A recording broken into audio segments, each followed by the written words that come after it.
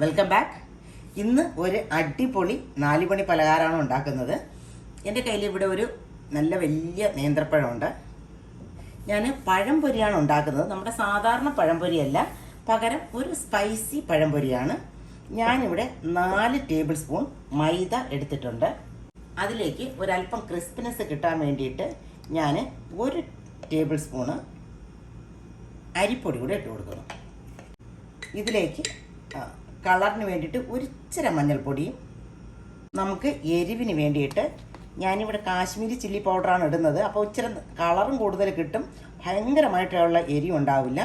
ഞാൻ ഒരു 1/2 ടീസ്പൂൺ ഇട്ട് കൊടുക്കുവാണ്. എന്നിട്ട് ഇതിലേക്ക് ഒരു ഇച്ചിരി കായം, അതൊരു പിഞ്ച് മതി കേട്ടോ, കൂടി പോകണ്ട. മധുരം ഒത്തിരി വേണ്ട. അപ്പം ഞാൻ ഒരു 1.5 ടീസ്പൂണ് പഞ്ചസാര ഇടുവാണ്. പിന്നെ ഉപ്പ് ഒരു ഇച്ചിരി, നമുക്ക് ഇതിനൊരു ഉപ്പിൻ്റെ ടേസ്റ്റ് വേണം, അതിനുള്ള ഉപ്പ് ഇടുകയാണ്. എന്നിട്ട് നമുക്കിതിനൊന്ന് നല്ലവണ്ണം കൈകൊണ്ട് മിക്സ് ചെയ്യാം.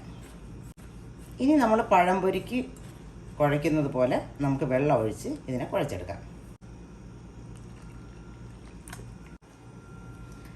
മാവ് ഞാനിവിടെ വെള്ളത്തിൽ നല്ലവണ്ണം അതിൻ്റെ കട്ടയൊക്കെ ഉടച്ച് നല്ലവണ്ണം മിക്സ് ചെയ്ത് വെച്ചിട്ടുണ്ട്. ഇതുപോലെ ഇച്ചിരി നല്ല തിക്കായിട്ട് വേണം എടുക്കാൻ.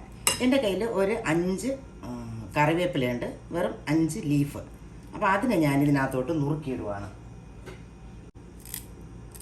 കുഞ്ഞായിട്ട് നുറുക്കിയിടുക. എന്നിട്ട് നമുക്കിതൊന്ന് മിക്സ് ചെയ്യാം. നമ്മുടെ നേന്ത്രപ്പഴം ഞാനിവിടെ നുറുക്കിയാണ് വെച്ചേക്കുന്നത്. നമ്മൾ ചിപ്സ് ഉണ്ടാക്കുന്നതിനേക്കാൾ ഒരു ഇച്ചിരി കൂടെ കട്ടിക്ക് ഇങ്ങനെ നുറുക്കി വെച്ചിട്ടുണ്ട്. നമ്മളിനി ഇത് മുക്കി എണ്ണയ്ക്കകത്തോട്ട് പൊരിക്കുക.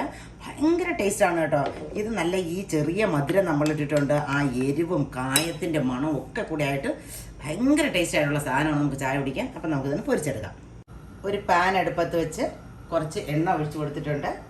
അത് ചൂടാകുമ്പോഴത്തേക്കും നമുക്ക് ഈ നുറുക്കിയ പഴക്കഷ്ണങ്ങളെ ഇതിനകത്തോട്ടിട്ട് നല്ലവണ്ണം ഒന്ന് മിക്സ് ചെയ്ത് ഓരോന്നായിട്ട് പെറുക്കിയിട്ട് നമ്മൾ പൊരിച്ചെടുക്കുക. എണ്ണ ചൂടായിട്ടുണ്ട്, നമുക്ക് ഓരോന്നായിട്ട് പെറുക്കിയിടാം.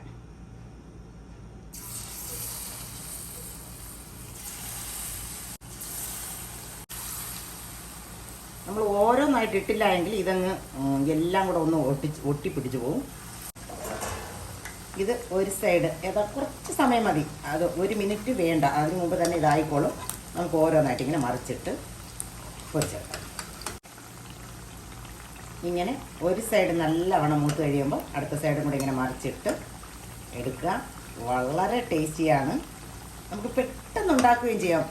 1 മിനിറ്റ് ആ മാവൊന്ന് കുഴച്ചെടുക്കുന്ന സമയം മാത്രമേ ഉള്ളൂ. നമുക്കിങ്ങനെ ഓരോ ബാച്ചായിട്ടിട്ട് വറുത്തെടുക്കാം. ഇപ്പം ഞാനിപ്പോൾ ഒരു നേന്ത്രക്കായ ഉണ്ടാക്കിയിട്ടുള്ളൂ. ഇപ്പോൾ ഒരു വലിയ പഴമായിരുന്നു. അങ്ങനെ അടിപൊളി സ്പൈസി പഴംപൊരി റെഡി ആയിട്ടുണ്ട്.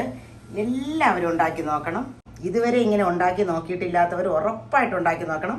അത്രയ്ക്കും ടേസ്റ്റി ആയിട്ടുള്ള സാധനമാണ്. വളരെ ഈസിയാണ് ഉണ്ടാക്കാനായിട്ട്. Okay, by.